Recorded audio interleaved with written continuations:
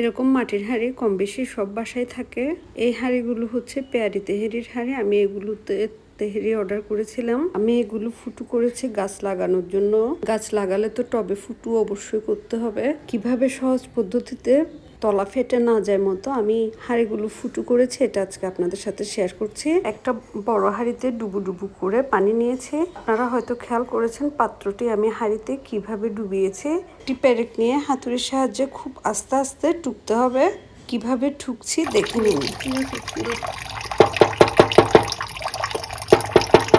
অনেকে হয়তো ভাবতে পারেন আমি পানি নষ্ট করছি কল ছেড়ে রেখে, আসলে কিন্তু তা না। আমার কাছে যে হাঁড়িটি ছিল সেটা ছিল পাত্রের তলা বরাবর, সবসময় ডুবু পানি রাখতে হবে, তাই আমি কলটা ছেড়ে রেখেছি। আপনারা চাইলে এর চেয়ে উঁচু পাত্র কিংবা গামলাতে নিতে পারেন, সেক্ষেত্রে আর কল ছেড়ে রাখতে হবে না। দেখুন আস্তে আস্তে আস্তে আস্তে হয়ে যাচ্ছে আমার ফুটু করা।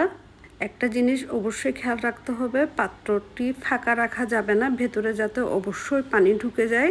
প্রথমে ছোট ছিদ্র হবে, এরপর যখন আমরা ছিদ্রটি বড় করব তখন ছিদ্রের পাশ দিয়ে খুব আস্তে আস্তে ঠুকতে হবে। আমি আপনাদেরকে প্রতিটি স্টেপ দেখিয়ে দিচ্ছি, যার যতটুকু প্রয়োজন ওই অনুসারে আপনারা ছিদ্র করে নিতে পারবেন। এটা করতে সময় লাগে না, আমার 4টা হাঁড়ি করতে লেগেছে সর্বোচ্চ 10 মিনিটের মতো। হাঁড়িতে ফুটু হয়েছে, কিন্তু একটু ফিনিশিং দিব চিন্তা করেছে। ফিনিশিং দেওয়ার জন্য বাসায় যদি র্যাক থাকে কিংবা ছুরি দিয়ে ঘুরিয়ে ঘুরিয়ে এটার ফিনিশিংটা আনা যাবে। আমার র্যাক ছিল, তাই আমি ফিনিশিংটা র্যাক দিয়ে ঘুরিয়ে ঘুরিয়ে এনেছি।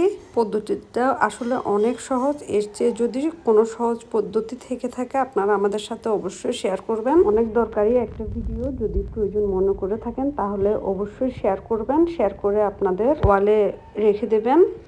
আমার একে একে 4টি হাঁড়ি ফুটু হয়ে গেল। আশা করি ভিডিওটা আপনাদের অনেক অনেক উপকারে আসবে।